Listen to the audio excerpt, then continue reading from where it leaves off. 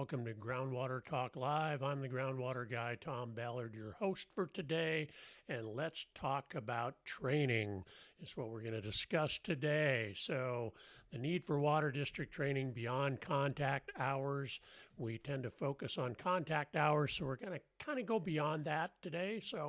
But first off, let me just ask you to like, comment, share these videos. It really helps get the word out. We got some growing viewership, and every time you like and share, that spreads the word. Comments, I love comments, and I always answer every comment I get. So I really appreciate that people are engaged, and so that's all good. So it just helps get the word out there. There's a lot of clutter out there on the internet, and so it helps us break through the clutter. And as we slowly ramp up our viewership, I appreciate every one of you that has liked and commented and shared on the videos. So let's move on. And today we're going to talk about training and specifically kind of going beyond the contact hours. Most water districts really focus on the operators maintaining their certifications, and that's important because you work hard to get those certifications, and you do. And we're not going to talk about the training to actually get the certifications, but we're going to talk about the contact hours and the continuing education that you need to maintain those certifications.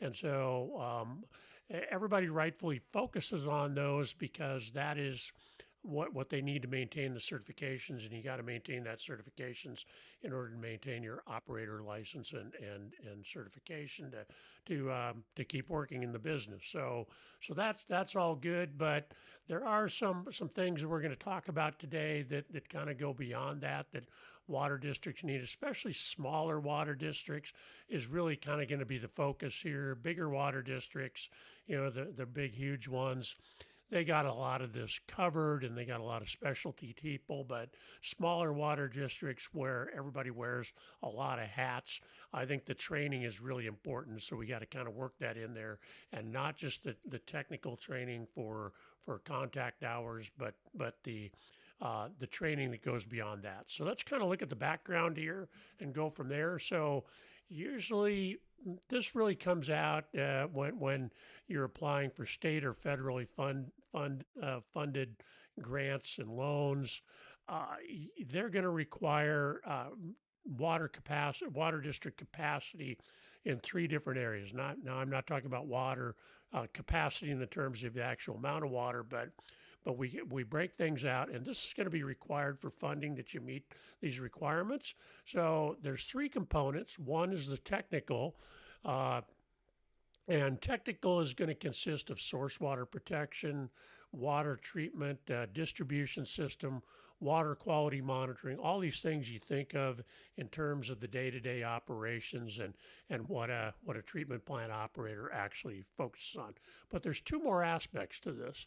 The next one is managerial, and managerial basically consists of things like regulatory compliance, emergency response planning, asset management, customer service. These are things that you're not going to get in your contact hours training usually. So there may be some of the regulatory compliance and some of these components in there, but generally managerial is not addressed as well. And the third component that's required is the financial. So that's the TMF requirements: technical, managerial, financial. And financial consists of rate setting, budgeting, asset management again is included in here, and that includes capital improvement plans because that's part of the budgeting process. We want to set aside money to replace assets, and that's really a critical component. And we've talked a little bit about that in the past, and we'll talk more about it in the future too, because the asset management and capital improvement plans are really vital for ongoing operations, and that's something that regular water operators are not getting in their contact hour training. And if you're going to move into management, certainly you need to understand those things. And revenue management. We want to wisely, use our resources that we have available to us. And these days, those resources are can be, need to be stretched even farther. So understanding how to best use your financial resources that you have available to you is really important. And that's certainly not something you get in your contact hours training. So meeting meeting the TMF requirements is a sign that water districts are meeting the minimum standards to qualify for financing. So just like if you go out and finance your house, they're going to ask certain questions of you. If you go and get grants and loans for your water district, they're going to want to make sure that your operations are running smoothly, that you understand what you're doing, that you have the capacity to pay back the loan, or you're going to use your financial resources wisely, the condition of your system. And so you're going to be required to go through a TMF analysis. And so that's a big part of it. And so what we like to talk about is that obviously technical training is important to maintain the operator certifications and for that hands-on aspect of daily management. But water districts are required to meet the full range of TMF requirements for funding applications. And this is where the training comes in, because if you don't have people that understand the rest of the requirements beyond just the technical, then you may run into different difficulties if you are applying for this financing, because you're not going to have people on staff that know to know what maybe all the angles there, and you may not qualify for the funding because you're not meeting the TMF requirements. And just beyond that, even though the financing, yeah, it's a requirement for the financing, but day-to-day operations in the water district is that you want to make sure you got those other things covered too, because that's just going to create smooth operations. And we see a lot of small districts run into problems with, on the financial side, because they don't have a good budget plan. Their rates are way out of date, and everybody hates to raise rates, but you really got to look and see what your costs are relative to your expenses and set the rates accordingly, because you want to have enough money around to not only do your day-to-day operations, but have any emergencies taken care of and be able to replace assets over time through a capital improvement program. So the financing is really where the TMF requirements come into play, but that should be part of your operations on a day-to-day basis. And unfortunately, the training that's out there really doesn't emphasize the other requirements enough. So kind of the way I look at this is that technical training, this is where contact hours fit, but managerial training often missing, and financial training is often missing as well. So people that beyond, if you're taking on multi roles, or even the board members, they need to understand this stuff too, and so a lot of the training is really focused on the technical end of things, and less emphasis on the managerial and financial. It's out there, but it's just not as common, and so because it's not required, or it's not enforced for things like operator certifications, it's that training is often not taken, and or at least to the degree it is. Now there are requirements for mutual water companies to this. Speaking specifically in California, there is a law in the books that requires mutual water companies to do board training, and a lot of other states have similar requirements for a water district board training. And so that in California, that really takes, and I'm using California as an example here because I work a lot out there, but the California law, the AB 54, AB 240 ethics training, requires that mutual water companies, and notice it specifically is looking at mutual water companies. California thinks that mutual water companies are kind of wild cards out there, so they're requiring the directors to receive a minimum of 2 hours of training in ethics principles and laws within 6 months of taking office, and every 6 years thereafter. That's not a lot of training, actually. So you're kind of getting a bare bones training, but that's required by the state. Other states that I've looked into also have similar requirements. Uh, I don't think this is a federal law. I think it's a state by state thing. So, but there are requirements for board members to understand what they're doing, and that's important. But we're talking 2 hours every 6 years is pretty minimal training. These are the components of board training in California. So you're looking at the Safe Drinking Water Act. That alone would generally take more than 2 hours. You could spend a whole day just on that. Financial issues, conflicts of interest, ethics, fiduciary duties. They're jamming that all into 2 hours of training, and I would suggest that you probably do an all day training on this anyway.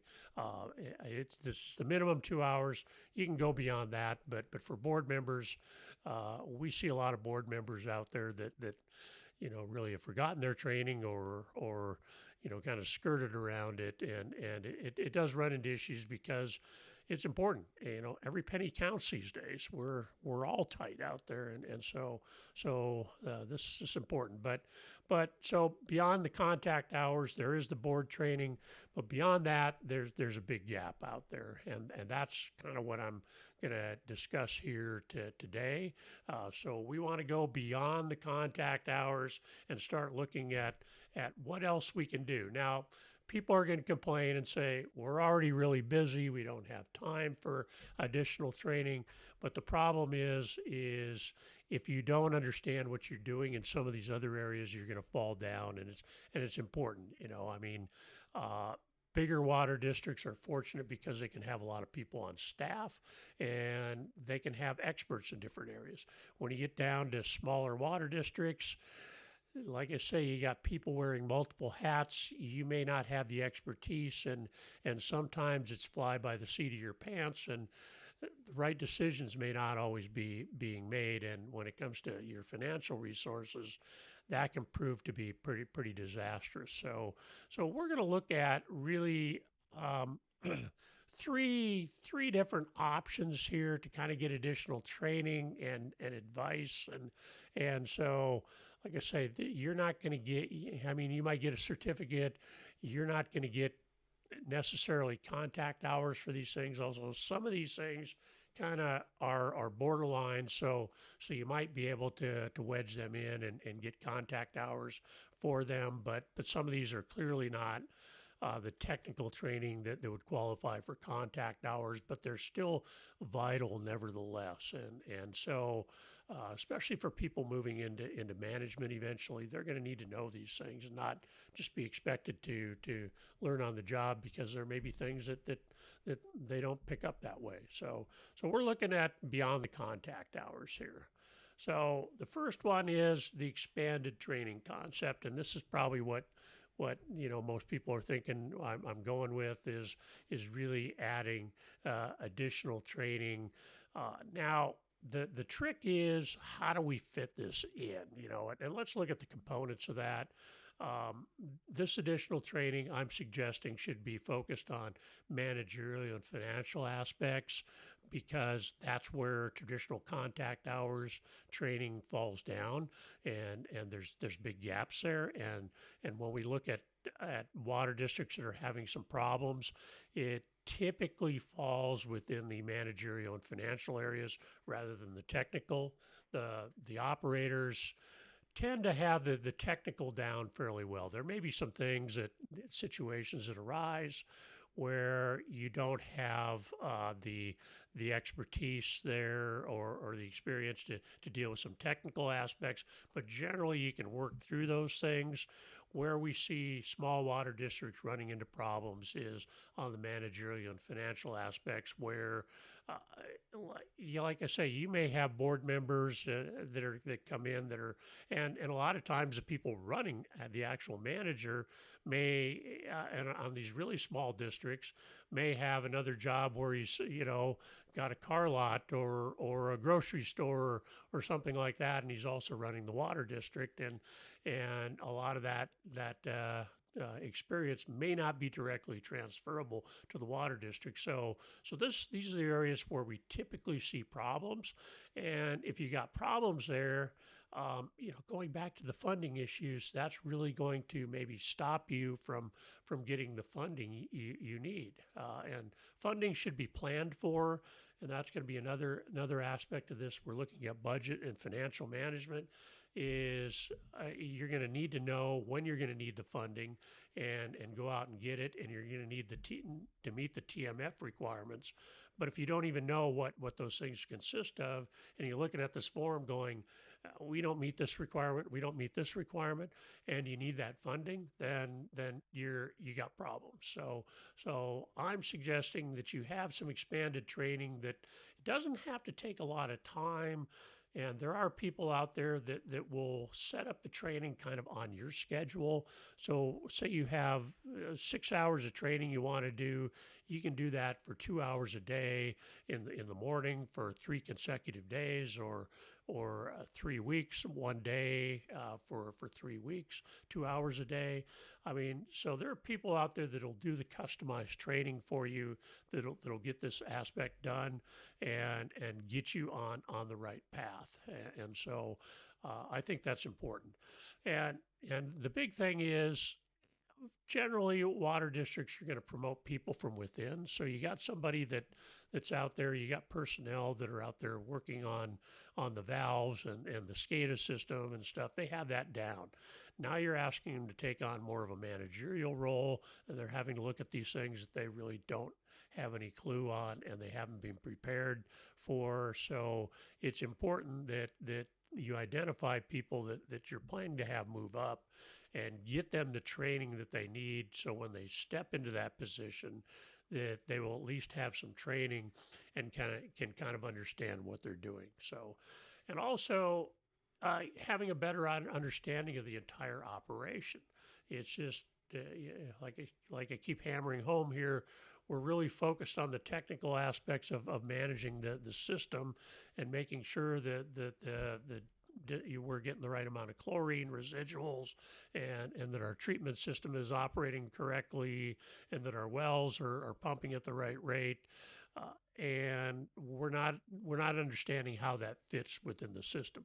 In the meantime, we have customers showing up and complaining, about their bill or this or that, and we may, so there's a full spectrum of things we have here, and my last point is serving our customers better. I mean, we all know that we got customers out there who are going to be griping about things, and sometimes it's legitimate, sometimes it's not. But legitimate complaints, we really need to address those and minimize that to the extent possible, because nobody wants to deal with irate customers, especially if it's something that can be avoided. So understanding your entire operation and how it works is going to make things go so much more smoothly and avoid trouble down the road. And sometimes the problems, especially managerial and financial problems, aren't immediately evident, but they can be cumulative over time, so that you'll get to a situation where all of a sudden they explode on you, and everybody thinks it happened all of a sudden.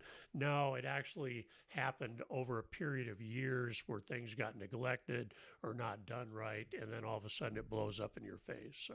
So understanding the entire operation and the managerial and financial components of that operation are just as important as the technical aspect that we all tend to focus on. So that's the role of expanded training. And like I say, there's people out there that do that. I think in California, for instance, California Rural Water Association provides some of this training. The Association of California Mutual Water Companies is starting to do more of that. Rural Community Assistance Corporation provides some of that training. And most of those are involved with the technical aspects, but there are managerial components in there as well. And then, there's other entities that provide some of this that are more specialized in some of those areas. So I do some of that as well. And so there are avenues to find this. It's a matter of putting it into your schedule, and that's usually the biggest challenge for people because people running water systems and the operators, they're busy folks, and they're working a lot of overtime trying to keep things running, and things break, and you got to fix them, and there's always an emergency going on, it seems like. So, but by having uh, a better handle on things through the training, you're going to minimize some of those emergencies and that type of thing. So looking at things in total, stepping back and looking at the total system is not necessarily a bad thing, and it's worth the time invested. So there is value in that. There's a lot of value, and it's gonna pay off down the road. You may not see immediate benefits. A lot of times you will, but you may not always see the biggest benefit until down the road because things are running smoothly over time. And that's where knowing what you're doing and that expanded training really comes into play. All right, so our next component is the trusted advisor concept, and this is kind of my concept, and I'll explain what that is actually and why it's important. Is get a drink here to wet my whistle. So the trusted advisor concept, not really training per se, but it's really having uh, somebody to help you sort through things. So, and I always say there's a lot of bad advice out there, and a lot of stuff that I do as a consultant really comes down to fixing bad decisions. Coming around behind other people that have given bad advice or done the wrong things, or with the best of intentions always. I don't think we don't see too many deliberate scammers in this area, but there's people doing things that are not the right solution for the problem, and ends up making the problem worse. And I should probably do a show sometime just on horror stories about that. But and I don't want to name names because generally, they may have a solution that works in certain circumstances. It may not work for the situation. It may have made things worse. And unfortunately, the water district has spent a lot of money, and maybe they've spent all the money they have dedicated to that on a solution that doesn't work or a bad solution. And now you're in a bind because you haven't got the problem solved. It may be worse, and you've already spent the money because of bad advice you've gotten. So unfortunately, there's really a lot of bad advice out there, and I've actually attended some training from some well-known training operations, and they have even given wrong. I've even seen them giving out wrong information on things, and so it's challenging because uh, you're getting bad advice. Water district managers and operators, they can't they're not they don't know everything, and so they rely on people, and it may be Uncle Joe out there has got some equipment, and boy, he just he knows based on his experience that this is the problem, and so it's kind of like, oh, we know Uncle Joe, and so we'll try his solution, and it turns out not to be good. So it's important. So the trusted advisor concept really tries to get around the getting bad advice thing, and like I say, I've just seen so many examples of people making decisions based on bad advice and it costing them, and I just I really just hate to see those things, but it's a big part of what I do is kind of go around cleaning up after those things, and people are usually mad because they feel like they've been taken advantage of, and so they don't trust anybody after that, and so the trusted advisor aspect a trusted advisor can really provide not only ongoing training, and usually that's going to be some hands-on, one-on-one types of training and stuff, and but also helps sort through the sea of information that's out there. And you can watch, there's no end of YouTube videos to solve problems and this and that out there. And it's like, what's right? And so if you have a trusted advisor that's really unbiased, it's really important to they can give you the advice to help you sort through these things and provide a little bit of training, and usually that's going to be one-on-one types of training or small training that's specifically tailored towards your water district and your particular situations, and it's probably going to be a little more informal. It's going to be dribs and drabs here and there, but it's going to move you in the right direction. Now you can set up, find a trusted advisor, whether it's somebody in the industry, maybe a retired water system operator, maybe an engineer, maybe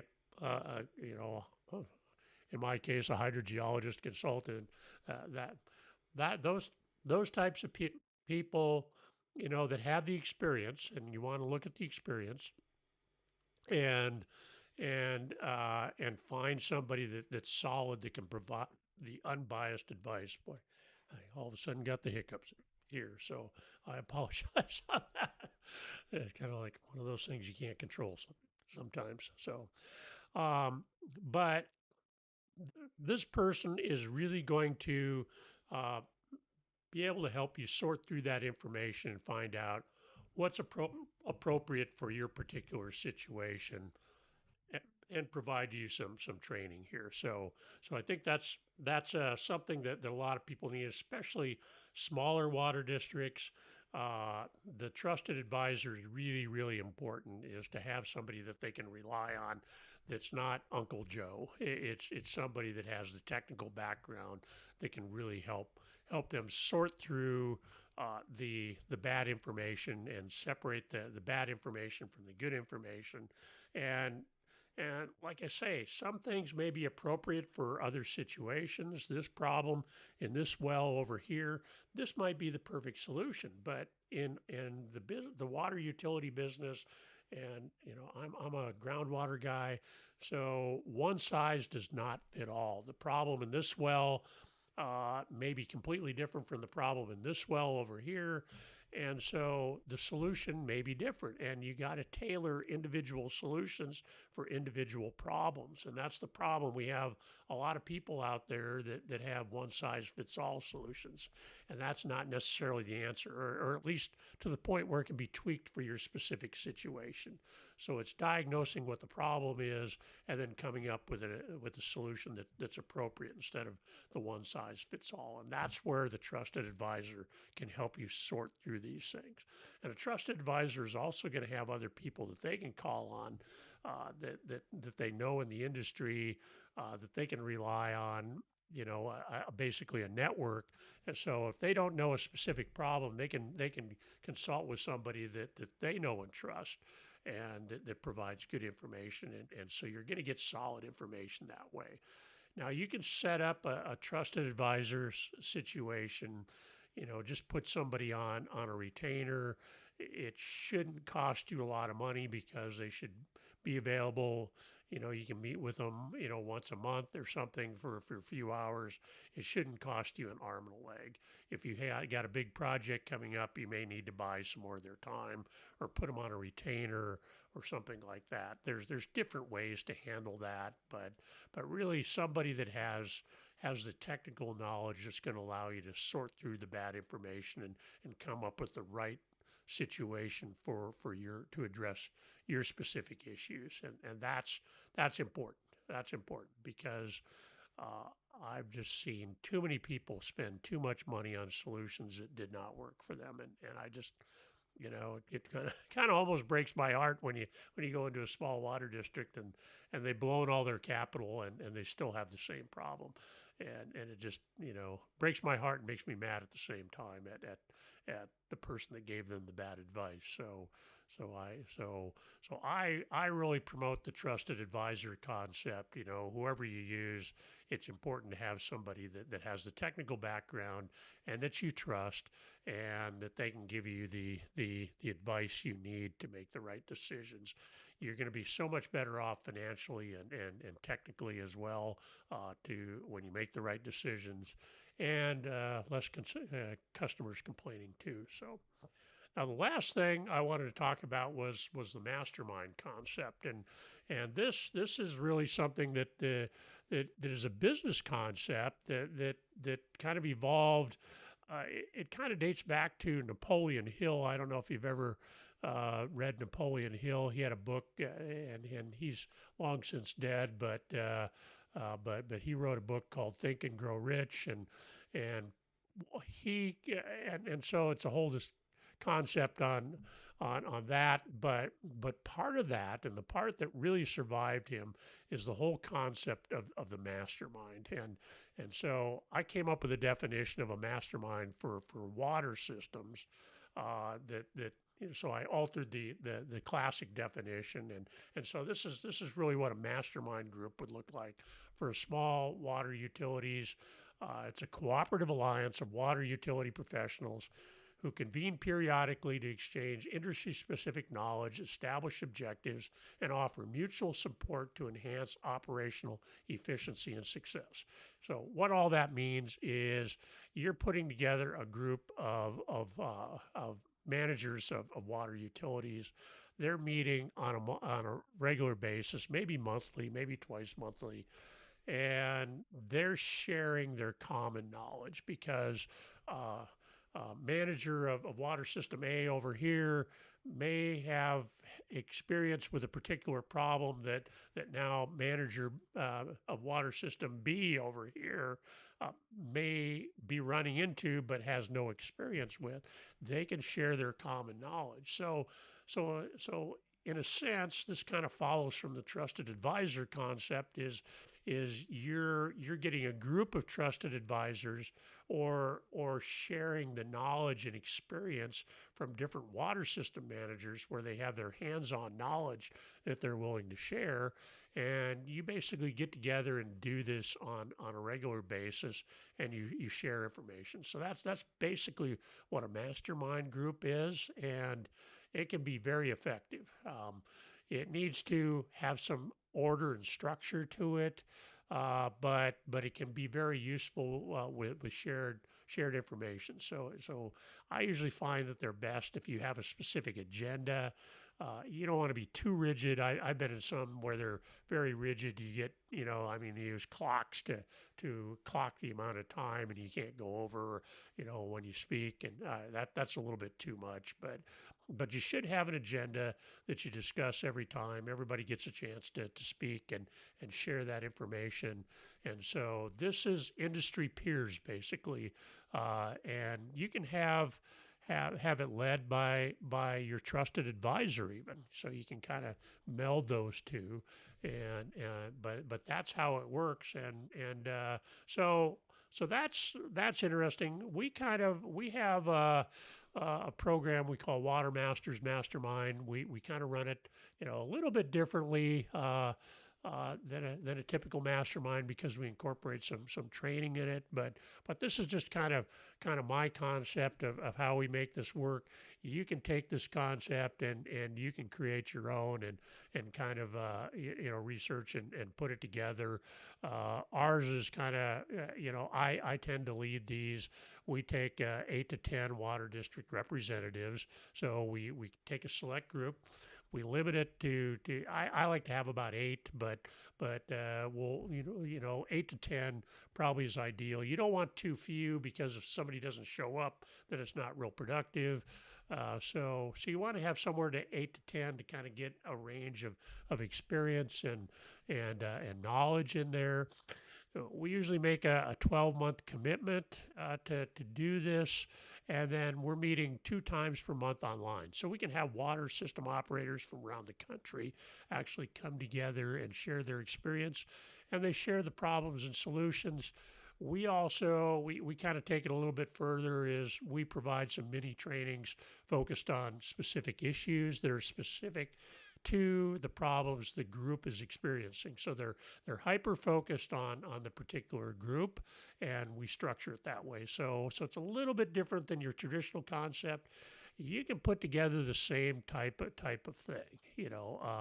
We do this facilitated because sometimes people don't know where to start, and so we put this together and kind of lead it that way, and sometimes that's helpful. So there's really a couple different types of masterminds: the ones that are strictly peers, and the ones that are kind of led by somebody that kind of keeps the structure and organization and keeps it going and provides the additional information. So we put together the mini trainings and stuff like that too, and we'll bring in some outside people to speak and that type of thing in our thing. So a little bit different than your traditional mastermind. Either way you go, it's important because you're sharing industry knowledge, hands-on experience with different managers of water districts, and so I really believe in this concept. I've seen it work, and I think it's really important for people, and it doesn't take a lot of time. You're meeting 2 times a month. Some of them you can structure it so you're meeting once a month. That definitely works. I've seen them meet weekly also. That might be a bit much of a time commitment for everybody, and then you start losing people that have other commitments, and so not everybody shows up if you're doing it weekly. So I find that 2 times per month is probably a good meeting schedule because everybody can usually fit time in their schedule for an hour and a half twice a month, and to do this. And you want to limit the time because you don't want it to be run half a day and stuff, and so you want to limit the time, so kind of keep it moving along. And so 2 times a month seems to work. 1 time a month can work, but it may take a little more time. The meeting may run a little bit longer. So really, I find 2 times per month actually works, especially if you do one where you're sharing information in one meeting, and another where you're doing a focused mini training and then discussing that in another one. And so that's probably a pretty good schedule for a 2 times per month mastermind type of group. So that's I think that can really work, and I think these work best for smaller water districts that don't have the wealth of knowledge that a larger district might have, that has all the resources and the money to go out and hire an infinite number of consultants and engineers and all the people to solve their problems for them. Smaller water districts don't have that, so this is not a huge financial commitment. It's and not a huge time commitment, but it can really give you somebody that you can ask questions of in a confidential environment. I mean, basically, everybody's we're not speaking outside the group, on this. So we're kind of keeping it in the group. So it's a trusted environment so that you can share that information. So there you have it. We have our expanded training that I think should definitely be done. We have our trusted advisor concept that I think works really well for smaller water districts. And then if you want to go above and beyond a 12-month commitment for a mastermind group, you put that together, and I think that really provides a lot of value to people for not a lot of time and money invested.